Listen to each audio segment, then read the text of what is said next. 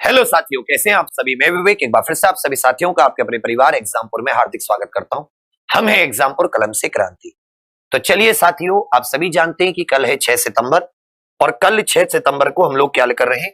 6 सितंबर से आपके थ्योरी के क्लासेस शुरू हैं, डेमो क्लासेस शुरू हैं 6 सितंबर से। 6 सितंबर से भाई एक तो आपकी करंट अफेयर की क्लास लेनी है आपको। करंट अफेयर सुबह 6 बजे। आज ईपीएफओ का पेपर हुआ था। ईपीएफओ समझते हो, यूपीएससी लेती है, एम्प्लॉइज प्रोविडेंट फंड करके एक ऑर्गेनाइजेशन होती है, उसके कमिश्नर पता नहीं कोई लेवल का था, अच्छे लेवल का ए पोस्ट की नौकरी थी। काफी कुछ क्वेश्चन करंट के आए, एक भी करंट का क्वेश्चन इधर से उधर नहीं था, डीपली से डीपली, स्टैटिक जीके कुछ भी नहीं, बहुत शानदार पेपर आया। और ये वो है जो बिल्कुल मतलब लगातार जुड़े बच्चे हैं ना, जैसे एक वो कल्पना नाम की लड़की आप देखते होंगे, तो ये वो बच्चे हैं कि जो लगातार जुड़े हुए हैं, जिन लोगों ने मतलब प्रॉपर डेली क्लास लेके, चाहे मैं लूं या संजीत सर, वो प्रॉपर अपना एक शेड्यूल बनाया हुआ है, रिवीजन करते हैं, तो उनके द्वारा बता रहा हूं। तो करंट अफेयर्स अपना सुबह 6 बजे हो जाता है, सुबह 6 बजे से। तो ये तो कॉमनली लेनी है। उसके बाद में सेकंड सुबह 8 से 10 आपकी लगी है, 8 से 10 ये लगी है हिंदी की क्लास। इस क्लास को कल मिस मत करना, यादगार क्लास होगी आपके लिए, सब भूल जाओगे। और सुबह साथ ही 10 से 12 ये आपका हो जाता है भूमि मापन ग्रामीण विकास, थ्योरी की क्लास होगी।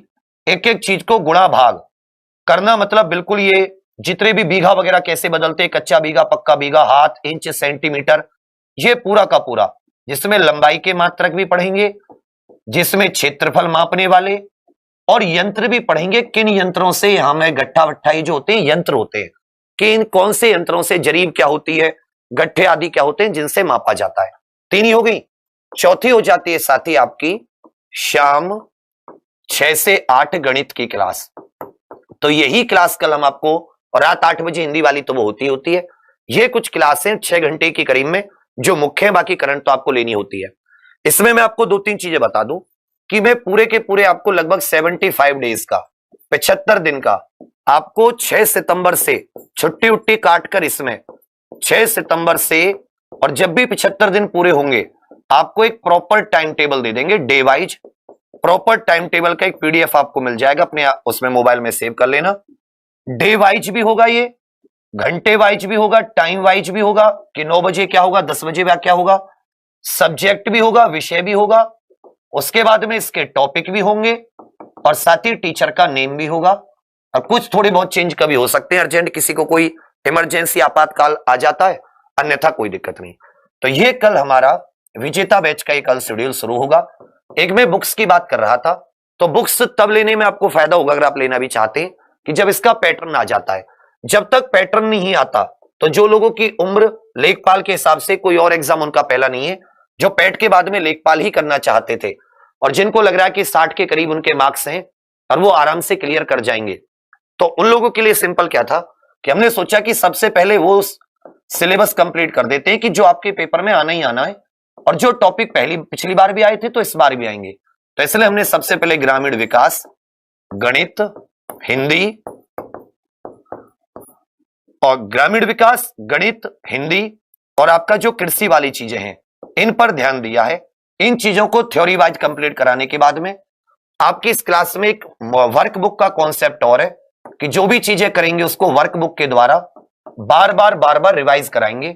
बार बार रिवाइज का मतलब क्या है, फिल इन द ब्लैंक्स देकर, जैसे one liner fill in the blanks दे दिया आपको, फिल इन द ब्लैंक्स दे दिए। सिर्फ वो नहीं कि 4 ऑप्शन वाले क्वेश्चन, वन लाइनर दे दिए आप लोगों को, मैच द कॉलम सुमेलित करने के लिए दे दिए कि सुमेलित कीजिए, और साथ ही जो ऑब्जेक्टिव क्वेश्चंस होते हैं, ये ऑब्जेक्टिव क्वेश्चन तो आपके हो ही गए, जिसके 4-5 ऑप्शन होते हैं, इनके द्वारा इसका भरपूर रिवीजन हो जाएगा। तो ये जो जहां भी ये चीज आपकी कमजोर है, उन चीजों को आप ठीक कर सकते हैं। तो शुरुआत में हमारा ये कॉन्सेप्ट रहेगा, और ये आपका टाइम टेबल रहेगा। इसलिए हम लोग थोड़ा सा पहले कर रहे हैं, कि जिन लोगों का पक्का ही है कि हम लोग करेंगे ही करेंगे, तो बाकी जब पेपर पैटर्न या सिलेबस आने पर पढ़ाई शुरू हो, तब तक आप लोग काफी अपना रिवीजन कर रहे हो, काफी आगे निकल जाएं। क्योंकि फिर भी वही बात है, चुनिंदा लोग इसमें पेपर देंगे। जो अपना ये होगा पेट का निकालने के बाद में 7,800 वैकेंसी। वैकेंसी तो खैर सही है, इतना बड़ा उत्तर प्रदेश है उसके हिसाब से थोड़ा देखा जाए तो कम है। 14-15 हजार होती तो और मजा आता, मगर ये लेखपाल आदि की वैकेंसी इतनी ज्यादा भी आ रही है तो ये इतनी ही आती है इस बार वैकेंसी, चाहे ये लेखपाल वाली हो चाहे दरोगा वाली हो, तो ये काफी हद तक काफी मात्रा में इलेक्शन की वजह से आई। पुलिस की वैकेंसी आती है 50,000, 41,000, 40,000, उसमें तो वैकेंसी आती है तो ऐसा लगता है कि हर तीसरे घर चौथे घर पुलिस वाला बन जाता है। मगर ये सिविल प्रशासन होता है, नागरिक प्रशासन, इसकी वैकेंसी थोड़ा सा गड़बड़ करती है। तो जो सबसे महत्वपूर्ण चीजें हैं वो हम पहले कर लेंगे। तो बुक ना करके पूरी, आप सिर्फ एक काम कर देना, बुक ना करके कि जितना आपको पढ़ाया जाए उसी को 10 बार लिख लिख कर रिवीजन कर देना। देखिए 10 बार लिख लिख कर रिवीजन, इसकी बहुत वैल्यू है। मैं हर क्लास में इसी चीज को दोहराता हूं कि इसकी जिसने इस चीज को कर लिया वो कभी भी मतलब चीजों में मार नहीं खाएगा, वो व्यक्ति कामयाब है, उसका एग्जाम निकलना ही निकलना है, वो कंफ्यूज नहीं होगा। जैसे हम कंफ्यूज हो जाते हैं, बहुत से ऐसे क्वेश्चन होते हैं जिनमें हम लोग जल्दबाजी में पढ़ के कंफ्यूज हो जाते हैं। अब जैसे एक रीजनिंग का क्वेश्चन था, उसमें दिन पूछा था गुरुवार, कि गुरुवार कितने हैं। हमने क्या सोचा कि दे रखा है पहला दिन वो दिन सोमवार है, तो उसमें सोमवार कितने हैं, आदमी ने सोमवार ही निकाल दिए। इससे क्या पता चलता है, इससे क्या पता चलता है कि हमने गंभीरता से क्वेश्चन को नहीं पढ़ा। और क्वेश्चन ना पढ़ने से, गंभीर ना होने से, क्वेश्चन ना पढ़ने से प्रत्येक पेपर में 2-3 क्वेश्चन आप गलत करके आते हो, एवरेज होता है 100 में से 2-3 क्वेश्चन गलत होते हैं क्वेश्चन को ना पढ़ने की वजह से। क्वेश्चन को ना पढ़ने की, हर पेपर में ऐसा होता है कि 2-3 क्वेश्चन आपके कैसे गलत हो गए, क्वेश्चन को ना पढ़ने की वजह से। एक क्वेश्चन गलत होना ही होना है कि जैसे मान लेता हूं ऑप्शन आया, आंसर आया 1, 1 क्या है, 1 ऑप्शन नंबर डी में, या मान लेता हूं किसी चीज का कुछ आंसर डी निकल के आया, लेकिन डी कौन से ऑप्शन में, ए ऑप्शन में, और हम क्या सोचते हैं डी, और हम डी को गोला भर देते हैं, और एक बार गोला भर दिया तो उसको तो हटाया जा नहीं सकता, लेकिन ऑप्शन तो हमारा ए पे था। एक क्वेश्चन ऐसे गलत होता है नहीं होता है, ये नॉर्मल है। अगर 2-4-5 आपने पेपर दिए होंगे तो पता चल गया होगा। लेकिन जब हम चीजों को रिवाइज करते हैं लिख लिख कर, तो धीरे धीरे हमारे अंदर एक अभ्यास आ जाता है, मतलब चीजों को उस नजरिए से देखने का, और वो नजरिया हमें इसमें कामयाब करके ले जाता है या नहीं। ये कॉमन होता है, सबके साथ होता है, जिसे 3-4-5 पेपर दिए हो। तो ये आपकी एक मेरी तरफ से ये है कि हम इसका जल्दी हमने इसीलिए स्टार्ट किया है, लेखपाल विजेता बैच। बाकी आप लोगों को कल सुबह से इसमें क्लासेस आपकी मिलनी शुरू हो जाएंगी, तो आपकी जो भी दिक्कतें, जो भी परेशानी होंगी, आप वो हमसे, इसमें क्या है कि बहुत आसानी से, बहुत ही सिंपल भाषा में भूमि मापन शुरू करूंगा तो बहुत रुक रुक कर, चाहे 2 घंटे में मैं लंबाई के मात्रा की खत्म कर पाऊं, पर मैं ऐसा चाहूंगा कि एक बार अगर आपसे कोई भी कुछ पूछ ले तो आप तुरंत गुणा भाग करके उसका आंसर निकाल दो तुरंत। मतलब चाहे जो क्वेश्चन मैं कराऊं वो ना आए, उससे रिलेटेड कोई क्वेश्चन आ गया तो गुणा भाग करके आप उत्तर निकाल दें। इस तरीके से सिखाऊंगा, जिसको कुछ नहीं आता उसको सिखाने वाला, समझे मेरी बात। और पहले 3 दिन में हम लोग भूमि मापन शुरू करेंगे, तो उसके स्थान पर ज्योग्राफी या कोई अन्य सब्जेक्ट लगा देंगे। ऐसे ही पूरा आपको डिवाइस प्लान मिल जाएगा उस तरीके से, ठीक है।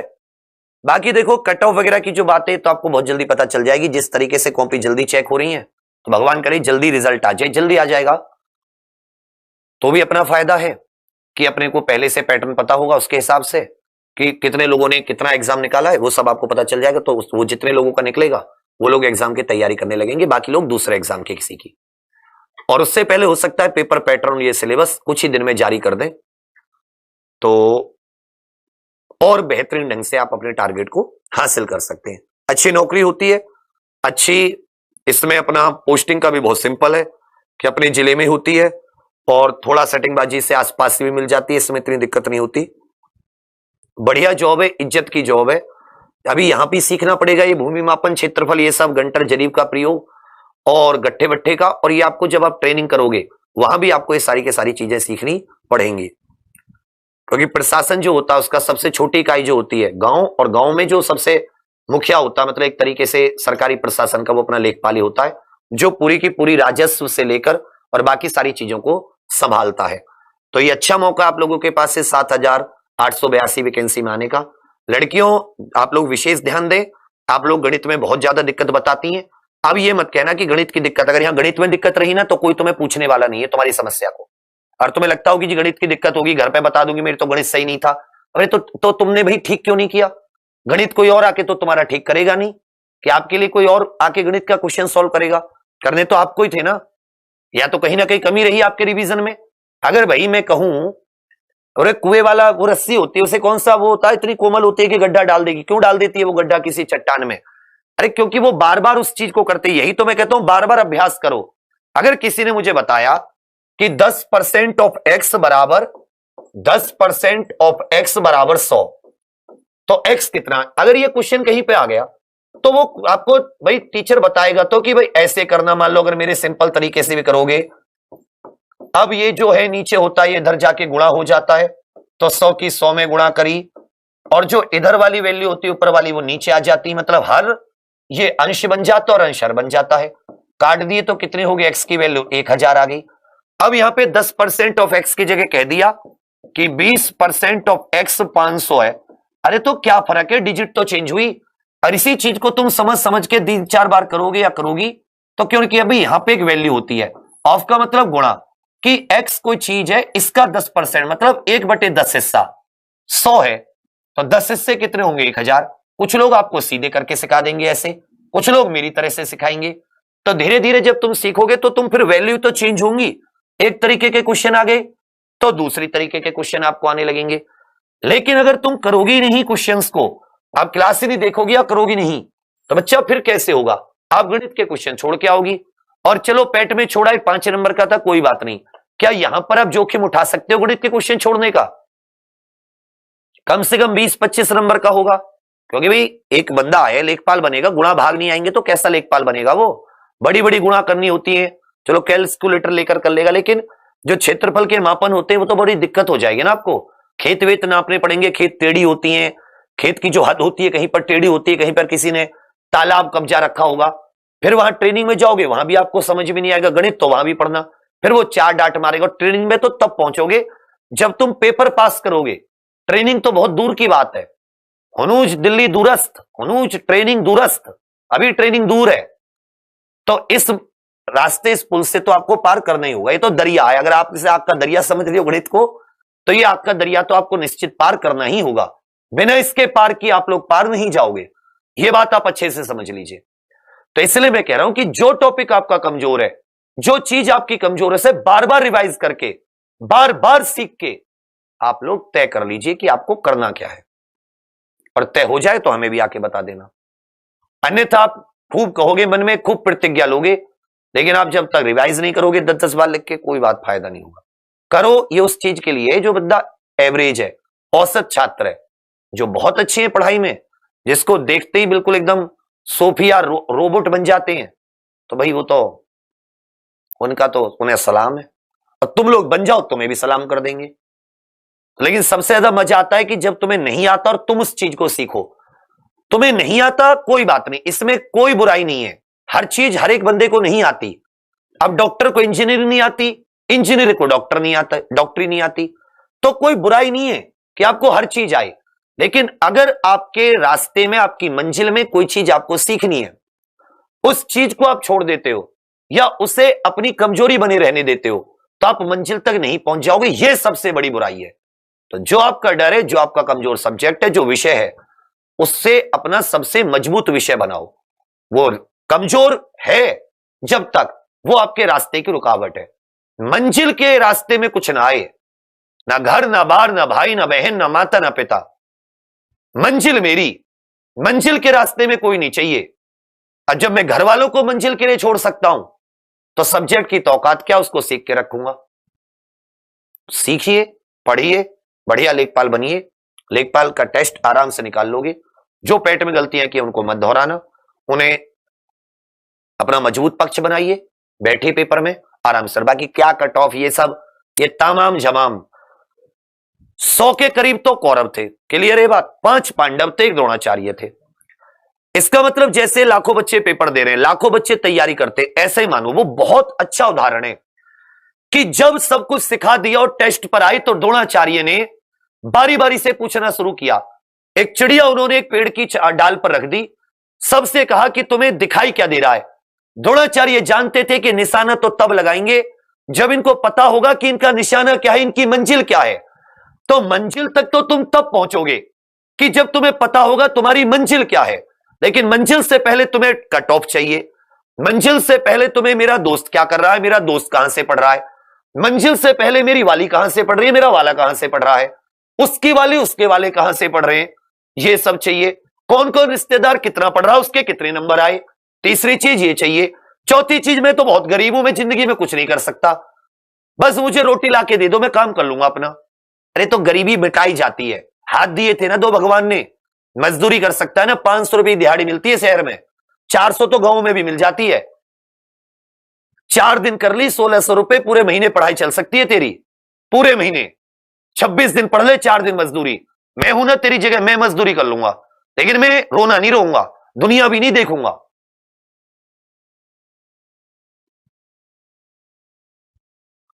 जब हमारे पास पैसे नहीं थे एक समय पर, हमने वेटरी करी 300 रुपए के लिए एक दिन, वेटरी पूरी।